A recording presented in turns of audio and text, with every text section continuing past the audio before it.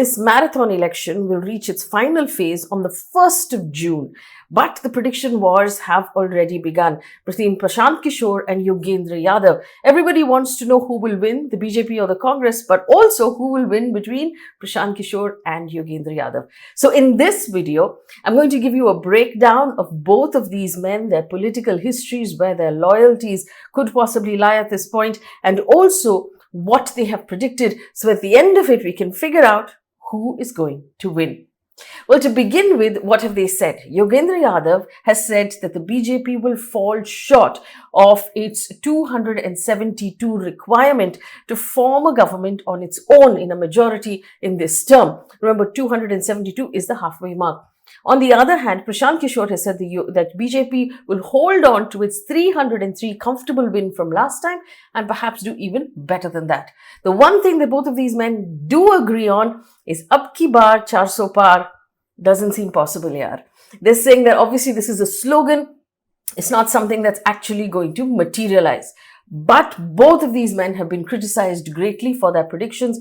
Yadav for being close to Rahul Gandhi's Bharat Jodo Abhiyan, and Prashant Kishor has been accused of being a BJP agent in his prediction. So first, let's take a look at who these men are and what their background is. To begin with, who is Prashant Kishor?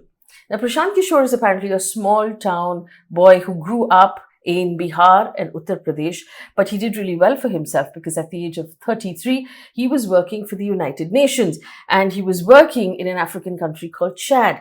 At that point, he authored a paper specifically on India on high growth states that also have very high levels of malnourishment. That paper caught the eye of the then Chief Minister of Gujarat, Narendra Modi. So at the age of 33, Prashant Kishor ditched his UN job and joined Narendra Modi as the Chief Minister of Gujarat in 2011 before the Chief Ministerial campaign started for the state elections. Kishore then set up a consultancy firm called IPAC, which is Indian Political Action Committee.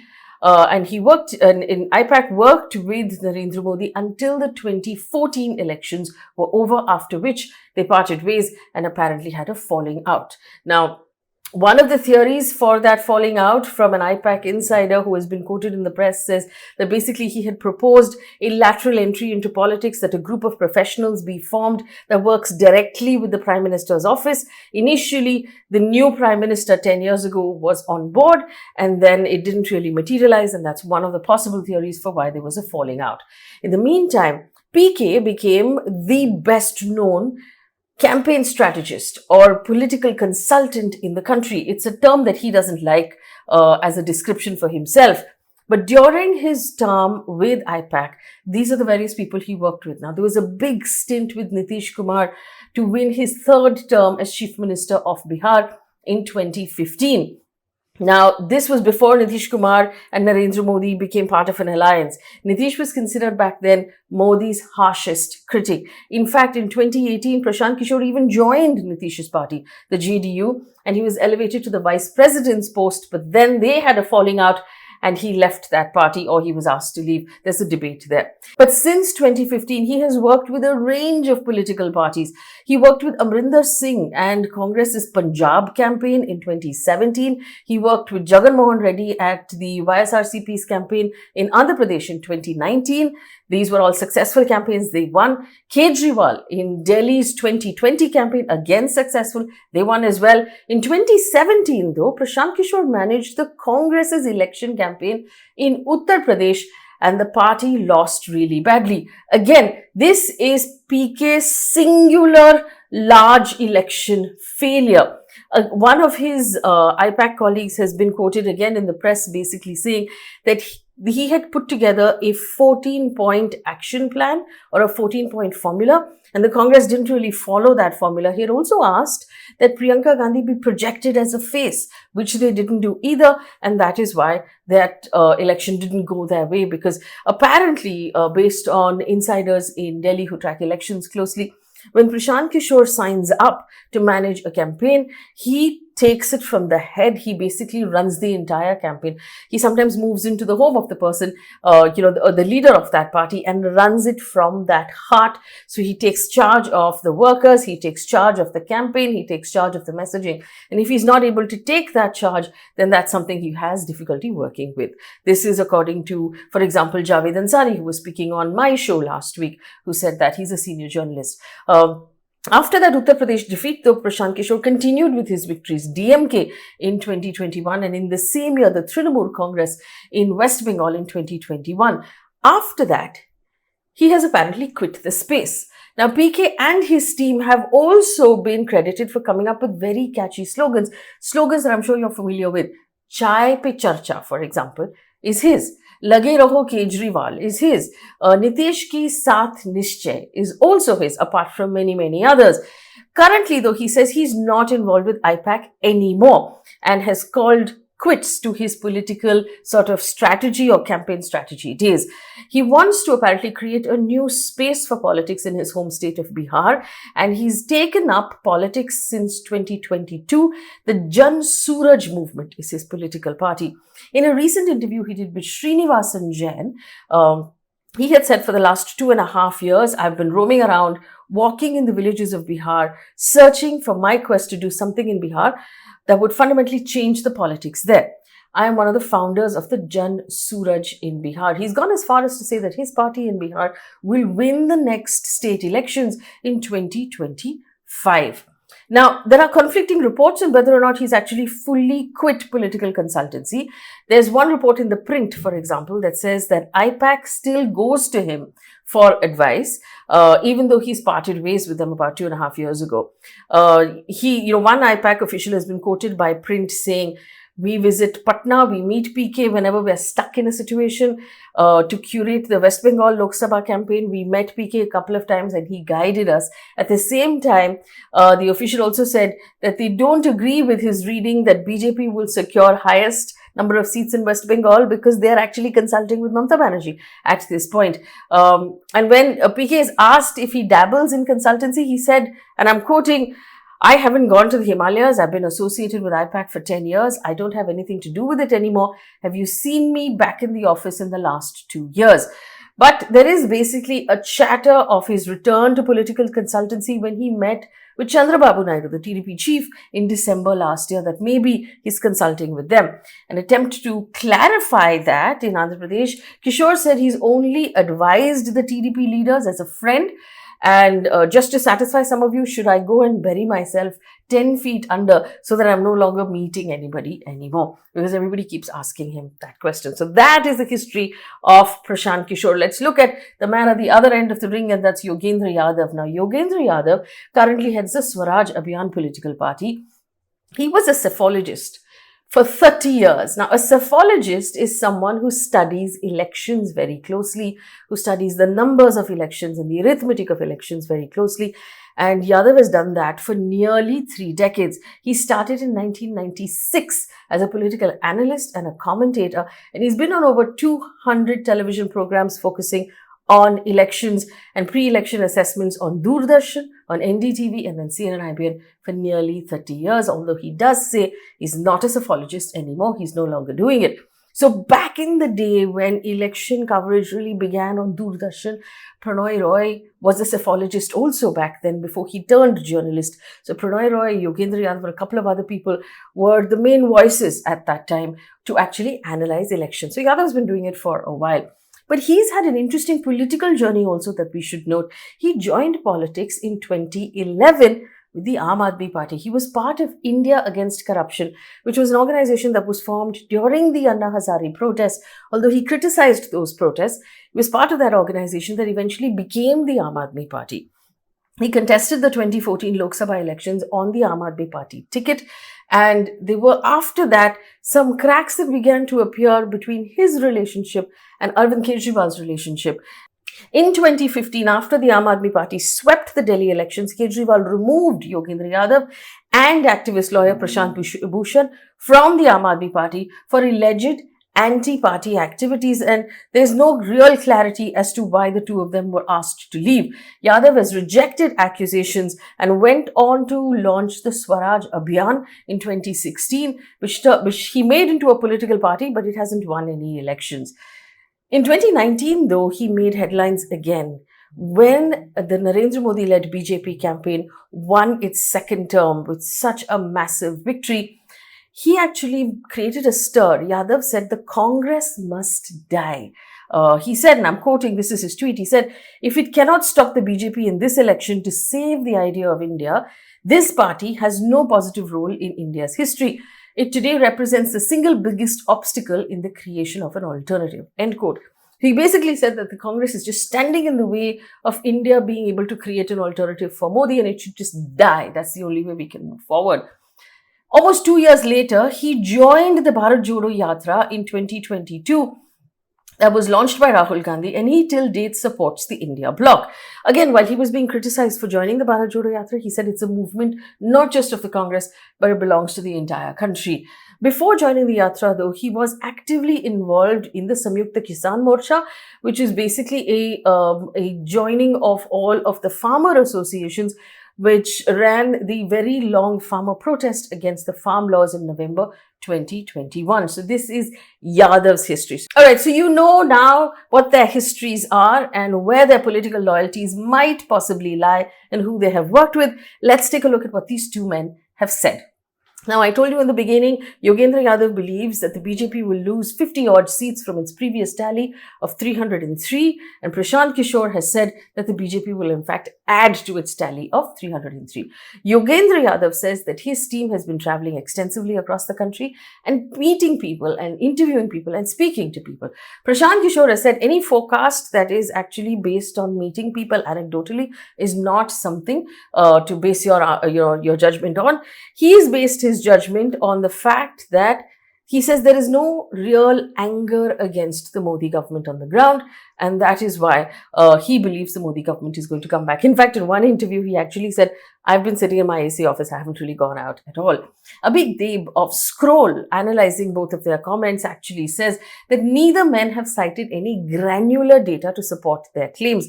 Yadav depends on anecdotal evidence, and Kishore claims he's based on the analysis of the political climate.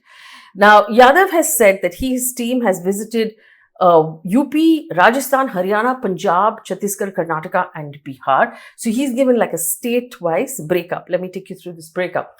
Now let's put on the chart, first of all, the BJP's previous number, which is 303. Now, from that 303, Yadav first says that BJP will gain 4 seats in Orissa, 2 seats in Telangana, 3 in Andhra Pradesh, and in a very good run, in the best possible run in the south, BJP could win Pondicherry or Puducherry. It could win 1 seat each in Tamil Nadu and Kerala. So that would take the tally now up to 315. Now, where Yadav thinks the BJP could lose. For West Bengal, he believes the BJP can improve its performance and repeat its 2019 results. So that's 18. So that number will now stay constant. He predicts that the BJP will lose 5 out of 17 seats in Bihar, 6 seats in Haryana, it will lose 8 seats in Rajasthan, it will lose 12 seats in Karnataka, and 10 seats in Gujarat, Madhya Pradesh, Chhattisgarh and Jharkhand. So from its previous tally, it will lose these numbers. Now it is down to 274, just a little past that halfway mark. In Maharashtra now, Yadav predicts that the NDA, which is the BJP plus Eknath Shinde Shiv Sena plus Ajit Pawar NCP, will actually lose 20 seats, which means he predicts is going to lose really badly compared to 2019. And so now that number comes down even further. And for UP, where he seems really confident, he says of the 62 that it had last time, 62 out of 80, it will get around 50, which means another 12 down. So if you do that math, Yogendra Yadav's final number is around 242. He does say, of course, that the BJP will form the government, nevertheless, with its NDA allies, although he doesn't specify who those allies are and what those allies' numbers are going to be. So this is Yogendra Yadav's prediction. On to the other side, on Prashant Kishor, on the other hand, offers no such breakup. Instead, he says he's assessing the public mood. And I'm quoting him here. He has said only two things can dislodge a government. One, either there needs to be widespread anger among voters to remove the incumbent government, or there has to be a clamor and excitement to bring a new government to power. And he says he doesn't see either of these things right now. He's defended his decision of not making a statewide prediction, saying he doesn't have a crystal ball. He's not going to give you a statewide breakup. He said, I am seeing their loss in the west and the north will not be material. So basically, remember, from Gujarat right up till Uttar Pradesh, the BJP nearly swept almost all the seats that were available last time. What Kishore is saying is that they are not going to lose those numbers this time. And that is really the belt where Yadav is predicting that loss. That sort of Hindi / BJP heartland belt, Yadav predicts they're going to lose close to 50 seats from there, including Maharashtra. And Prashant Kishor is saying that belt is intact for the BJP. It's not going anywhere. Although Kishore has not directly criticized anything that Yadav has said, he basically says that when people go out on the ground and meet voters, they are expecting that they will say Modi, Modi, Modi. And when they don't hear such a strong Modi wave, or they meet one or two people who are not fans of Modi, they sort of, correlate everything and say, oh, okay, there's a crack in the wave. But he doesn't see that crack in that anti-BJP wave. He has also said that he doesn't believe that the Congress will cross three figures. So he believes that the Congress will settle at less than 100 seats and will not cross 100 seats. Now, he's come under some criticism by some journalists in Delhi who have said, or some analysts in Delhi who have said that he wanted the Congress campaign and the India Bloc campaign and he didn't get it. And that's why he's being critical of those who are not working with him. That's one of the theories. But again, at this point, when there's an election on, everybody has a theory about everything. In the meantime, Yogendra Yadav, in an interview that he did with me, he had said that the election has turned on the ground and there is in fact unhappiness against the BJP. He said the PM's popularity has declined. And even though Narendra Modi seems like the most popular leader in the country, it is not of the same level as it used to be in the previous election. So there are two predictions now from these two men who've made elections effectively their main business for many, many decades. So it's undoubted that they have the experience to sort of give their predictions. And when an election is this long and this hot, obviously the media is looking for voices. Everybody's asking for their prediction. Everybody wants to know, the stock market wants to know. Everybody's reading sort of points of view. And reading the tea leaves and looking into the crystal balls to say what is going to happen. So these are points of view that have actually come up. But they're also being heavily criticized on social media. And they've had to, sort of defend those views very strongly. So for example, there was again a viral interview between journalist Karan Thapar and Prashant Kishor about a previous election prediction that he made that turned into a very heated exchange. And social media is actually really just hankering down on choosing between these two men at this point and their predictions. And in some way, that's a mirror to choosing between the parties that are fighting this election. The RJD leader, Tejasvi Yadav, a couple of days ago, in fact, called Prashant Kishor a BJP agent. He had said the BJP is losing the elections. So they've called Prashant Kishor in after 3 or 4 rounds to set a narrative. And that's what his prediction is about.